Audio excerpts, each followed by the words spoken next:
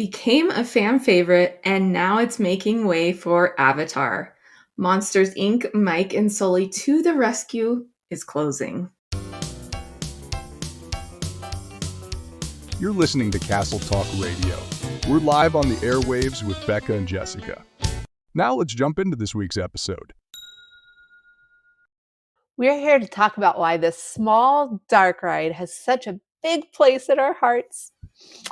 Monsters Inc. Mike and Sulley to the Rescue, that's a mouthful, is officially closing sometime in 2026. So it's time to take one last ride through. Whether you're going to the parks or just hopping in a taxi with us here in the podcast episode, we want to say goodbye to Mike and Sulley the right way. And first, we need to go back to the opening days of Disney California Adventure and really explore the past of this ride before we bring it into the future. Before it was Monsters Inc., it was a different ride. And it was this ride called Superstar Limo, which opened with the theme park in February of 2001. The whole idea behind the ride was that you were the newest celebrity in Hollywood in town, and you'd hop into a limo and get whisked through Hollywood and bump into all kinds of famous faces along the way. Oh yes, famous faces from the time like Tim Allen, Cindy Crawford, Drew Carey, Whoopi Goldberg, just to name a few. So the famous faces were caricature types.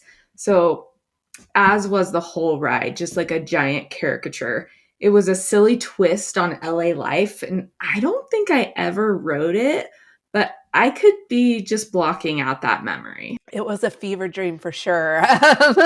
You weren't missing much, I promise. In fact, some reviews from the debut were pretty brutal. An article in the Boston Globe said the painted plywood characters and sets are about on par with college theater constructions. Yeah, and journalist David Rorden said the space would be better devoted to something more entertaining, such as an audio animatronic dentist doing root canals on all the Imagineers who came up with the idea.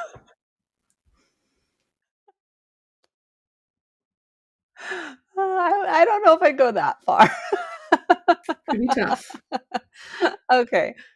Well, if any of you are still feeling like you're missing out on this piece of California adventure history, there are ride-through videos that you can watch on YouTube, and we'll link one of those down in the show notes for you. But I promise you, yeah, you were just like, was that real or was that a fever dream? Superstar Limo closed less than a year after it opened, and there's a big myth here that continues to circulate like wildfire online. Many people claim Disney ended up removing this ride because of Princess Diana's death and the similarity of paparazzi chases through Hollywood. However, Princess Diana died tragically in 1997. So that happened 4 years before this ride ever opened. Yeah, I don't know what to think. I think Disney, if this is the case, right? If this is why, I think they just went ahead with the ride because it was already in motion at that point, right? And they weren't prepared for the backlash that they would get from the public when it opened. And it's a good thing because the closure paved the way for what was next. Yeah, this space sat empty for a few years because nothing took its place until Monsters Inc. opened in January of 2006. Yeah, we'll be hitting about 20 years of Monsters Inc. right as it closes. Doesn't seem long enough to enjoy what now many consider a classic in California Adventure. Yeah, and it's one of the very few dark rides in the park, as well as one of very few that the entire family can ride together. So true.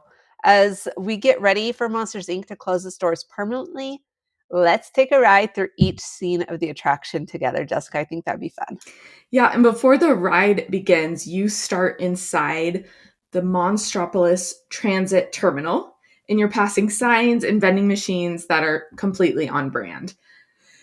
They invite you to try things like sugar, salt, and fat, a bag of calories, or a drooler cooler from the vending machines. So after you wander through the transit terminal, you hop into a taxi because this ride is also about taking you into the world of Monsters Inc. Literally right after Boo escapes in Monstropolis. And that's a huge part of its charm because this isn't just a generic Monsters Inc. ride. It's like you're really dropped into the middle of the chaos in the movie. As you pull out of the station, the first thing you see are these little monitors that are on your taxi with a news broadcast playing. It's breaking news. Boo, the human child, has gotten loose in Monstropolis. Now, of course, they don't know her name's Boo, but my favorite part of this that you have to stay with it every time, and shook me like a dog. Exactly. Pick me up with his mind powers. So from there, you're in the streets of Monstropolis, and monsters are panicking. The shops are closed, and everyone is freaking out. Everyone's freaking out about a human child being on the loose. And you have to love the little gags here, like the monster trying to spray disinfectant or the monster in a hazmat suit. Disney Imagineers really layered in those details. Pretty quickly, you catch up with Mike and Sulley. They've got Boo in a bag trying to smuggle her through the city without anyone noticing. This part cracks me up because Boo's giggling gives her away. Mike is panicking. Sully's trying to play it cool. It's exactly the same dynamic they have in the movie. Yeah, and next up, Harryhausen, the fancy sushi restaurant. It's completely evacuated because Boo caused a contamination scare. So you see the monsters frozen mid-bite, and the hazmat team is swooping in, and it's on Celia's birthday celebration of all times and places, and Mike just seriously cannot win. Oh, he cannot. And here's a little nod. Harryhausen's is named after Ray Harryhausen.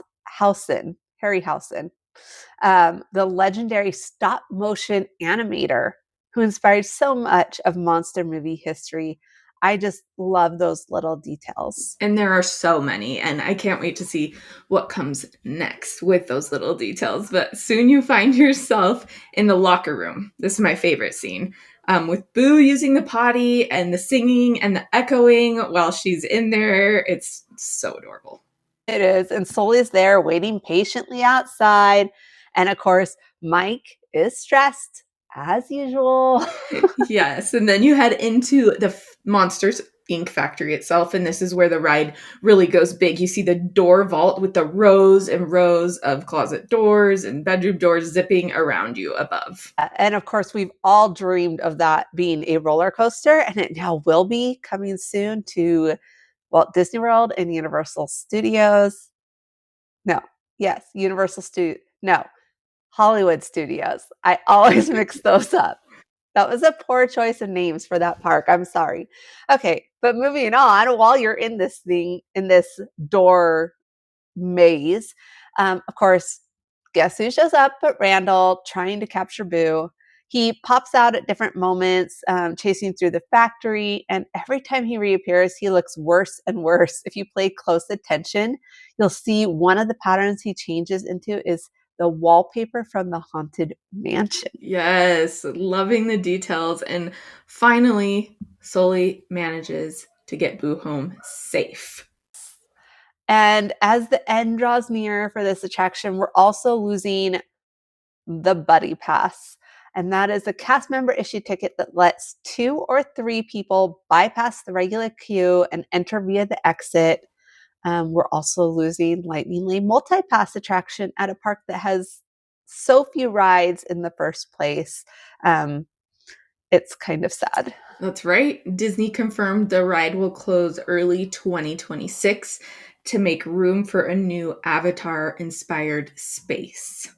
I know this is all part of the expansion of Disneyland Forward, so, and we're going to get other things, but I have to know, I want everyone to chime in. Did you really want the Avatar ride in California Adventure? Is that something you are looking forward to, or is that something you're like, no, keep it in Animal Kingdom. It fits there really well.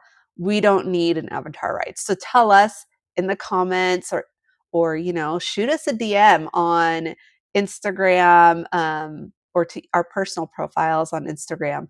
Let us know. Okay, so let's get into the other things that are coming just a little bit because we have a little bit of time.